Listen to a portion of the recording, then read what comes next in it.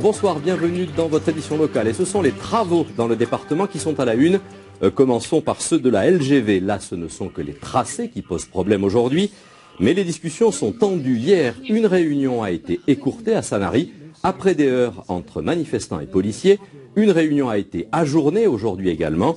Désormais, c'est tout le processus de concertation lancé par Réseau Ferré de France qui est menacé. Le théâtre Galy fermé. La réunion prévue cet après-midi a été annulée suite aux incidents qui se sont déroulés hier soir. Bousculade, bagarre avec les forces de l'ordre. Sur cette vidéo amateur, la salle prévue pour une vingtaine de personnes a été envahie. Une action révélatrice de l'inquiétude de la population et de certains élus.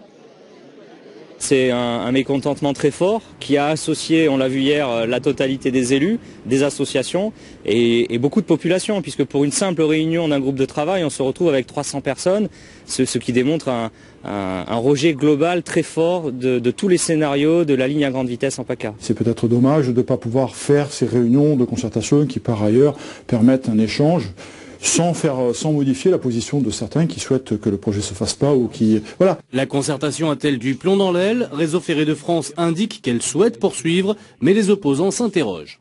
Maintenant, nous, on est inquiets. Qu'est-ce qui va nous arriver? Est-ce que la ligne à grande vitesse est arrêtée, puisque Réseau Ferré de France a pris acte du mécontentement total, notamment dans le Var? Ou est-ce que cette ligne à grande vitesse va nous être imposée par le gouvernement et quelques élus? Il y a effectivement des oppositions à prendre en compte, mais il y a aussi des consensus qui apparaissent ici et là et des volontés que ce projet se fasse.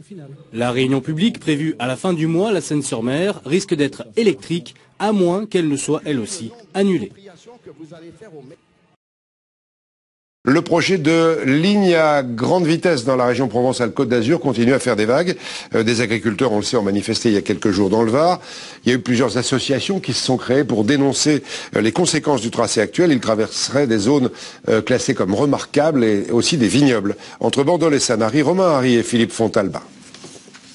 Ça traverse et ça passe. Alain Constant ne décolère pas. Le mois dernier, ce viticulteur a découvert que sur ces terres qu'il exploite depuis toujours, on trouverait peut-être bientôt une voie ferrée.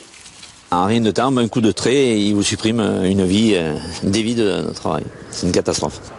L'un des tracés envisagés pour la ligne à grande vitesse traverse en effet les vignes de Bandol, avec pour conséquence une baisse de 30% des capacités de production. Une très mauvaise nouvelle pour les viticulteurs. S'il me passe sur la maison, j'ai plus de maison, j'ai plus de cave, j'ai plus rien. Et s'il me passe à côté, je pourrais plus faire de vin non plus, je pourrais plus garder des bouteilles de vin. Le projet de ligne à grande vitesse vise à relier Marseille à Nice en 1 heure contre 2h30 actuellement. Problème, les tracés, aujourd'hui à l'étude, traversent, en plus des vignes, des habitations, comme celle de Christian. Donc il sortirait par la porte vitrée de mon séjour. Voilà, et ici vous aurez un viaduc qui va faire 30 mètres de haut. Dans la vallée, il y a une centaine de maisons. Détruites. Détruites, voilà. Entre Paris et Toulon, on va gagner 20 minutes et le coût est de 20 milliards. Ça fait cher la minute, quoi. Ça fait très très cher la minute. Dans l'ouest du Var, tous les élus de droite comme de gauche sont aujourd'hui opposés au projet. Réseau Ferré de France mène actuellement des concertations locales, mais c'est au niveau national que la décision devrait être prise. Le comité de pilotage rend compte, mais c'est l'État qui décide.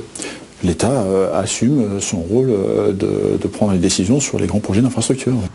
Le tracé définitif de la ligne à grande vitesse ne devrait pas être connu avant 2016.